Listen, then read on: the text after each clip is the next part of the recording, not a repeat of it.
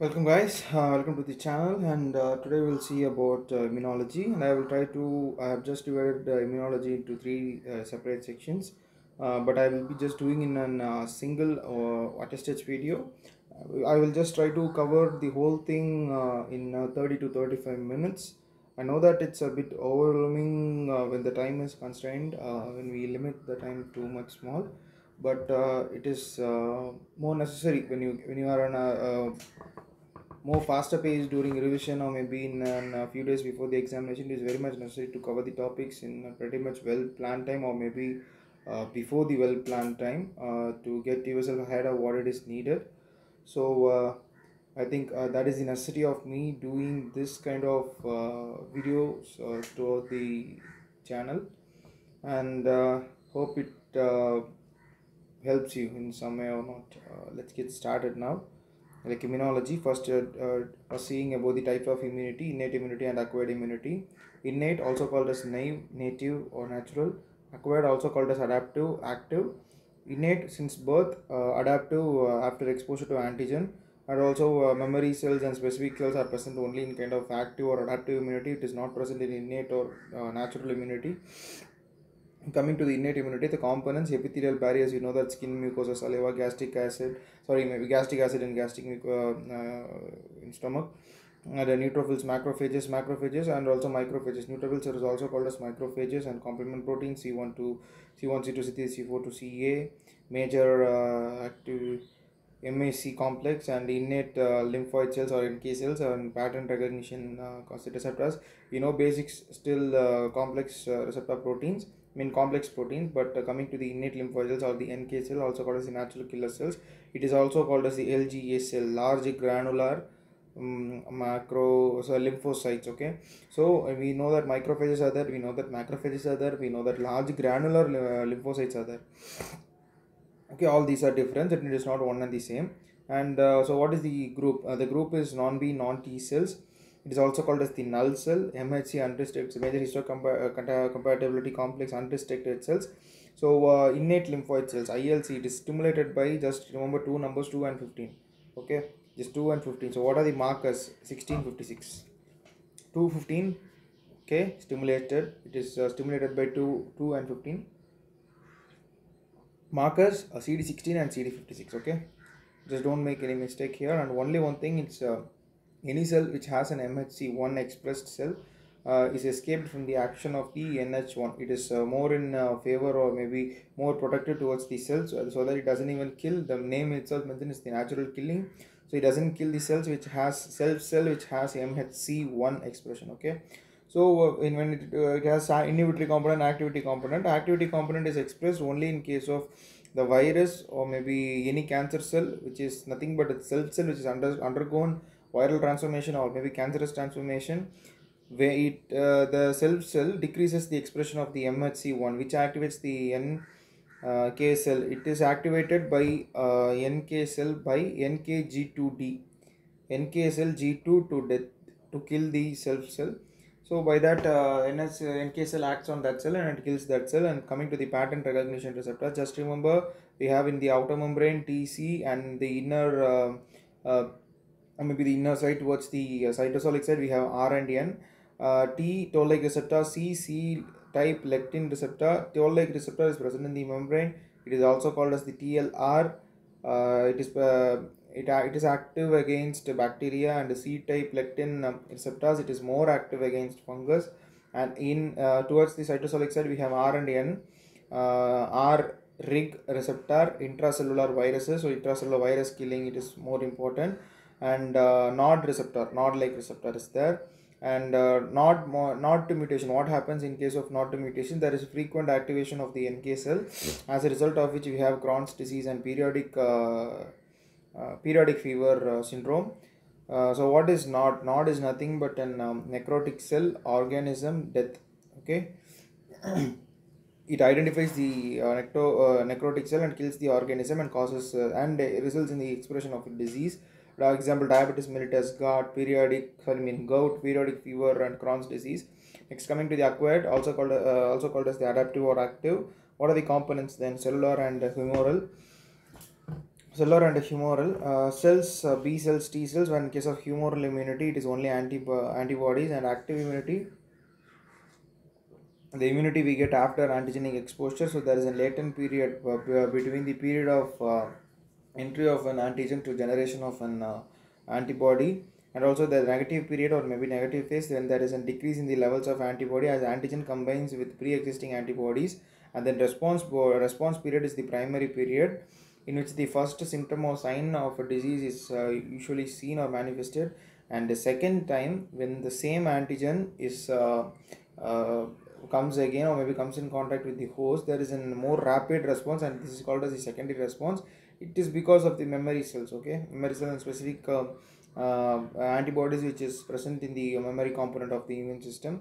And then coming to the natural active immunity, example chickenpox or measles, we have lifetime immunity. And the concept of this immunity is given by concept of premonition. Immunity along till infection is active. Example, immunity only is active till infection lasts, that is syphilis caused by Trichoderma pallidum. Then what happens in Haemophilus ducrei? In Haemophilus ducrei, reinfection can occur even while the original disease is even active, okay. That is the difference here, and one peculiar thing and characteristic point about Haemophilus ducrei. Then coming to the artificial active immunity is given by natural in case of antigen organisms, direct inoculation of the organism, but it is usually not advised or maybe done now in an public setup. And in case of an artificial thing, we give antibody, we give a less attenuated form of the antigen in the form of vaccines, okay. This is an important question. Vaccines, artificial active immunity component, not a passive immunity component. Many students or me itself used to make this mistake, okay. Vaccine is an artificial active immunity component. Then coming to the passive immunity.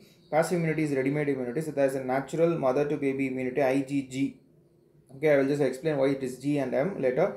And then coming to the artificial, it is the injection of the antibody itself, hyperimmune globulin. That is, we used to invert T IG for tetanus or maybe ATS for and then convalescent sera for recovering from patient. It is of very much significant in case of COVID patients. And active immunity, as I've said below, there is an memory cells present, secondary response present, negative phase present, latent period present, antibody antigen stimulus present, and then response is long term and booster effect is positive.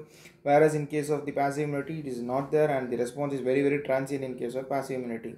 So what is mean by transient? I will explain this by saying a concept of immune elimination. In passive immunity, antibodies injected, metabolic breakdown occurs, and there is a clearance or rapid clearance of the antibody occurs. On subsequent infection of the same booster of containing the antibodies, there is a very rapid clearance of the antibody injected, so the subsequent dose less effective, okay. So that is the disadvantage in case of passive immunity. And then coming to the cellular immunity, B and T cells, uh, T cells are the predominant, 60 to 70% of the type of the T cells, whereas the formation is mostly in bone marrow section, and maturation is in bone marrow and thymus for the T cells, whereas bone marrow itself for the B cells. Then coming to the where is the site of formation is the B cells cortex, and T cells is the paracortex, and also sites in lymph nodes it happens like this, and in GI in spleen also it happens, and GIT also it happens. And where in the spleen, in the white pulp in the spleen, whereas in the periarterial for B cells and periarterial lymphoid sheath for the T cells. And where in the GIT, malt, mucosa associated lymphoid tissue like IgA, we used to, it is the most IgA, interleukin 13. These are all characteristic interleukins from the mucosa lymphoid tissue, and intraepithelial lymphoid tissue in case of T cells. So B cells cortex, white pulp, malt, T cells paracortex, pars, intraepithelial. And then how are these T cells act? T cells, two types of T cells are there, alpha beta and gamma delta. Just remember that when an antigen comes, the alpha beta component of the T cell receptor is activated. And okay, I will just explain in a more kind of little brief to that, so that you can able to understand it better. T cell main expression, just remember three numbers: CD128, CD28, and CD40L. Okay, just remember three magic numbers for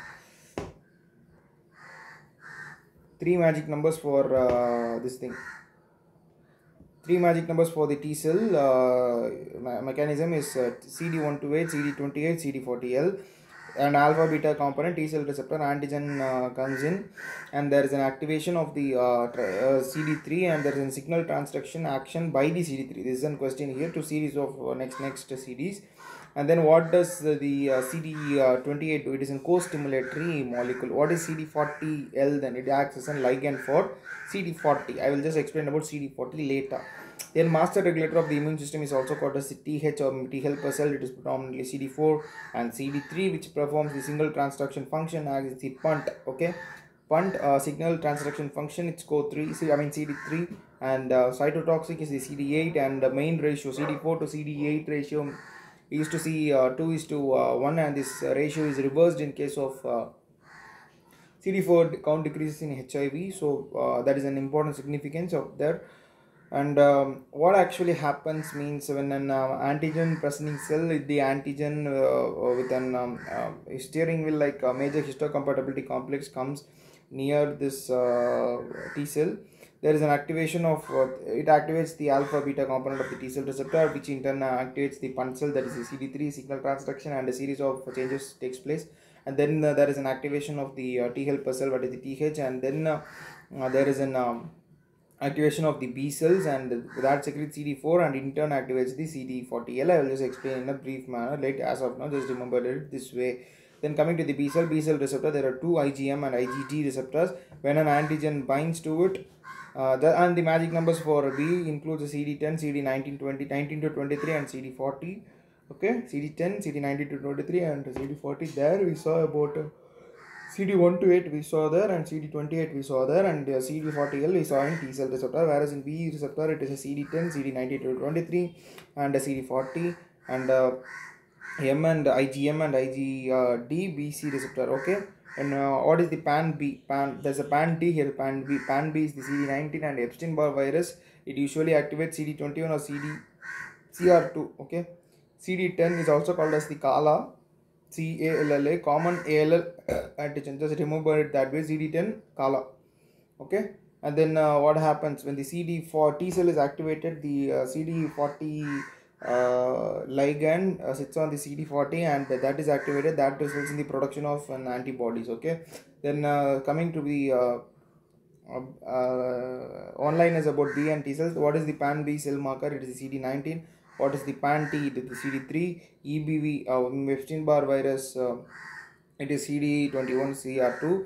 CD4 T4, CD8 cytotoxic cell, and what is the one more thing which I said, that is the CALA cell, CD10, common ALL antigen, CD10. Okay, and then coming to the CD4 CD8 ratio 2:1, when that is decreased, it is an HIV/AIDS. Then any condition where the CD4 CD8 ratio is increased is a medicine question. It is sarcoidosis. And then activation of the cell, when an antigen comes, antigen present in cell is activated, and MHC it is driven to the T cell. CD4 is activated, CD8 is activated. CD8 directly results in the killing of the cells, whereas the CD4 T helper cells, TH1, TH2, TH17, 1 to 17 activation. Okay, so it in turn activates the B cells, and in immunobodies, antiglobulins or antibodies are produced, and it results in effective phagocytosis of the cell. And okay, what are the antigen presenting cells? Then they are professional and non-professional antigen presenting cell. It is the B cell, macrophages, and dendritic cell. Dendritic cells, they are follicular and interdigitating. Follicular is the lymph node. Interdigitating is the skin or the Langerhans cells. In a TB, in Langerhans cells, it becomes a giant cell modification. In case of TB, it is nothing but an interdigitating dendritic cell. Okay, interdigitating dendritic cell. It is a what are the professional cells? B cells, macrophages, dendritic cells. Under dendritic cells, we have follicular and interdigitating. And what are the non-professional cells then? What is the importance about follicular and dendritic cell? It is the reservoir for the HIV, whereas the interdigitating TC is the TB. Okay. And the non-professional cell, it is the thymic epithelial cell, endothelial cell, and the fibroblast. Major histocompatibility complex, there is an HLA gene, and the expression is the MHC 1, 2, 3, like that, many so and so. And just remember, we have 3 between 1 and 2. So 1 3 2, or maybe 2 3 1, that is the sequence of the gene expression usually happens. And ABC under 1 and 3 we have C2C4 complement, protein B, TNF alpha, HF protein. And under TNF2 we have DPDQ these are the localization of the gene in HLA gene. And codominance is explained by this theory, AB group and HLA. This can be explained by the codominance theory.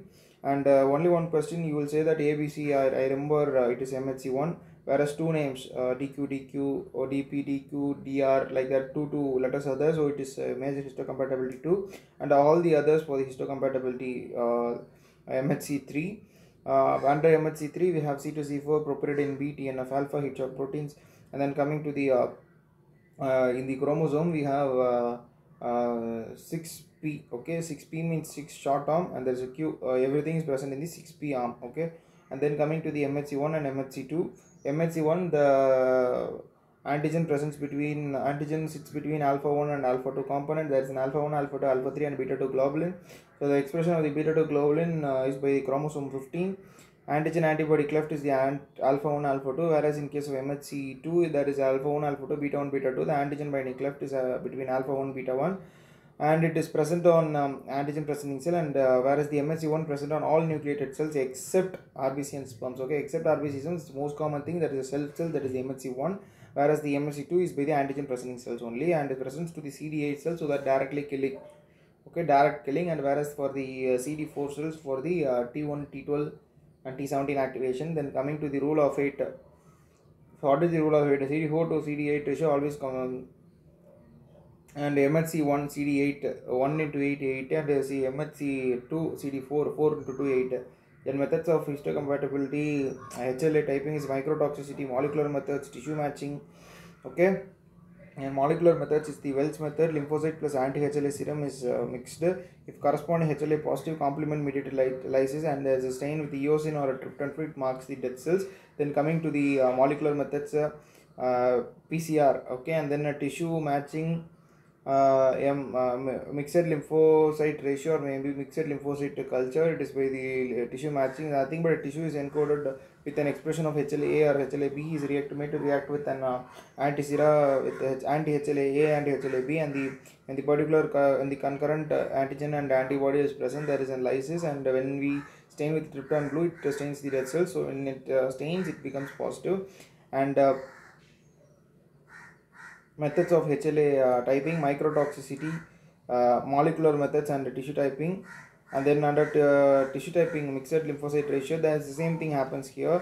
Donor lymphocyte plus receptor lymphocyte. Donor lymphocyte is killed if HLA is incompatible. The recipient will undergo blast transformation here. Okay, the recipient cell will undergo blast transformation, not the donor cell. Recipient will undergo blast transformation.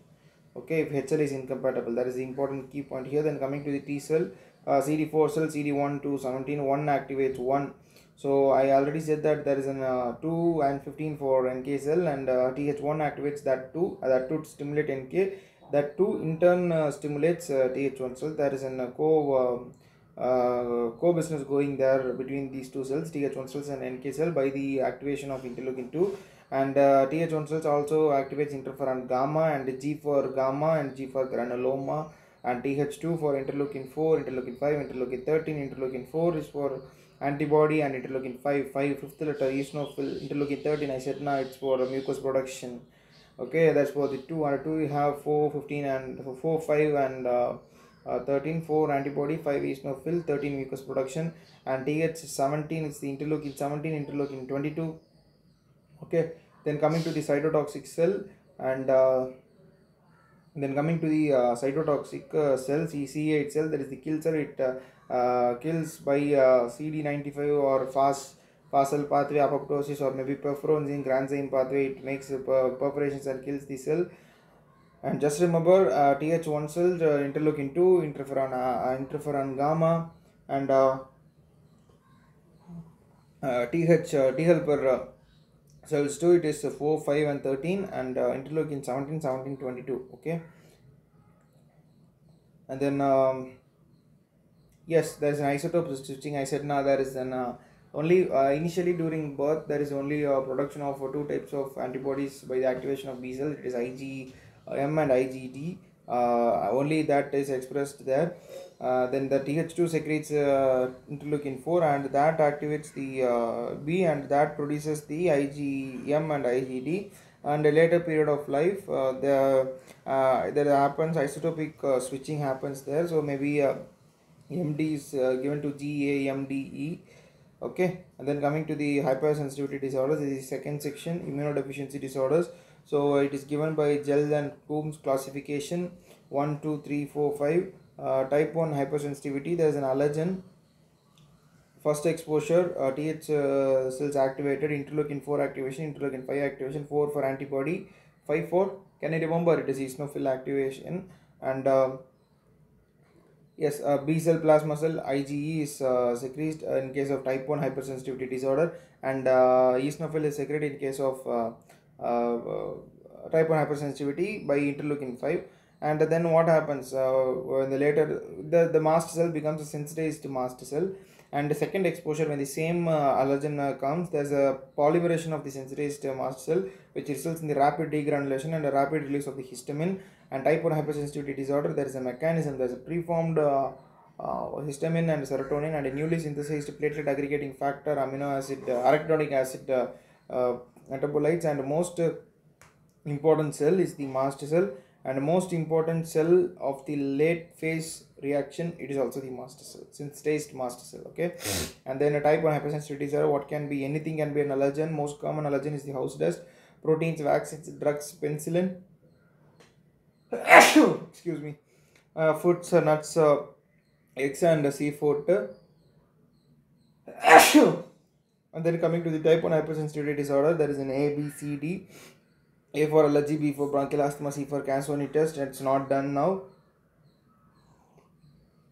And D for drugs and penicillin. Okay.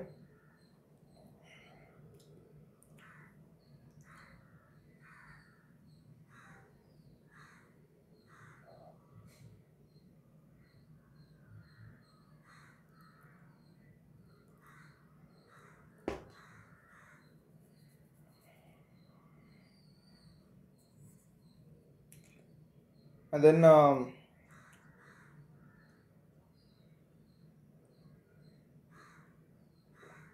type 1 hypersensitivity is over. And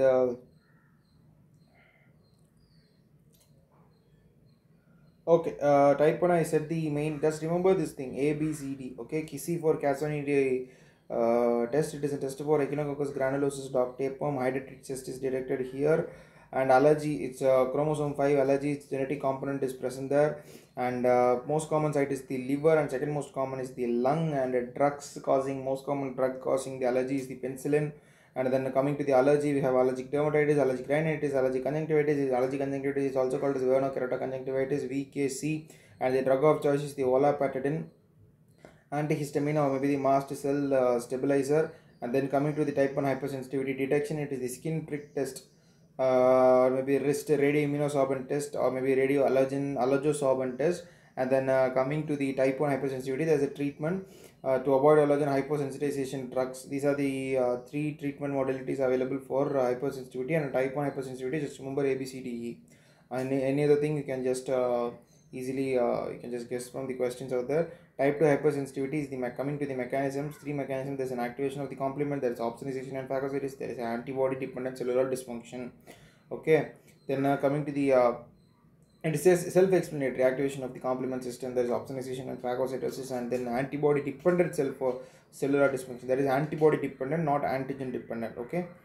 And then type 2 hypersensitivity example, just remember my blood group is Rh positive. Okay, my blood group is Rh positive. For type 1 we have A, B, C, D, E, and here we have my blood group is Rh positive. You can just guess from M for myasthenia gravis, B for blood transfusion, G for Graves disease or maybe Goodpasture's disease, I for idiopathic hemolytic anemia or maybe idiopathic thrombocytic purpura, Rh incompatibility, and pemphigus, P for pemphigus and pernicious anemia. Pemphigus is a group of Buller's disorder. There is a previous year question. It is an example of type 2 hypersensitivity reaction. It's an important question. Pernicious anemia is also an example for type 2 hypersensitivity disorder. And just remember, my blood group is Rh positive, my myasthenia, B blood, G Graves, Goodpasture, I idiopathic hemolytic anemia, idiopathic thrombocytic purpura, Rh incompatibility, P for pemphigus and pernicious anemia. And there's a type 5, this is a special variant of the type 2. What happens here is the antibody, okay, the antibody agglutinates with the cellular receptor here, not the cell. So the main target here is the receptor. So what are the diseases? We have myasthenia gravis, it's the acetylcholine receptor, and Graves' disease, the THS receptor. Okay, so then what is the difference between type 2 and type 3? Okay, type 2 also there's an there is an immune, also an immune complex disease, also an immune complex. Whatever happens, what is the difference then? In type 2, the circulating antibody usually attacks the fixed cell like the TSH receptor or maybe ACH receptor, whereas in type 3 hypersensitivity, in which the antibody attacks the freely circulating antigen. Okay, so then there is, as a result of which, there is an immune complex formation because of the antigen antibody interaction, and there is an immune complex deposition in GIT, spleen and joints. There is an activation of the complement, there is a destruction of the cell, and also the place where it is deposited, that results in the clinical presentation of this kind of hypersensitivity disorders. Okay, usually the whole thing takes place around 10 to 14 days.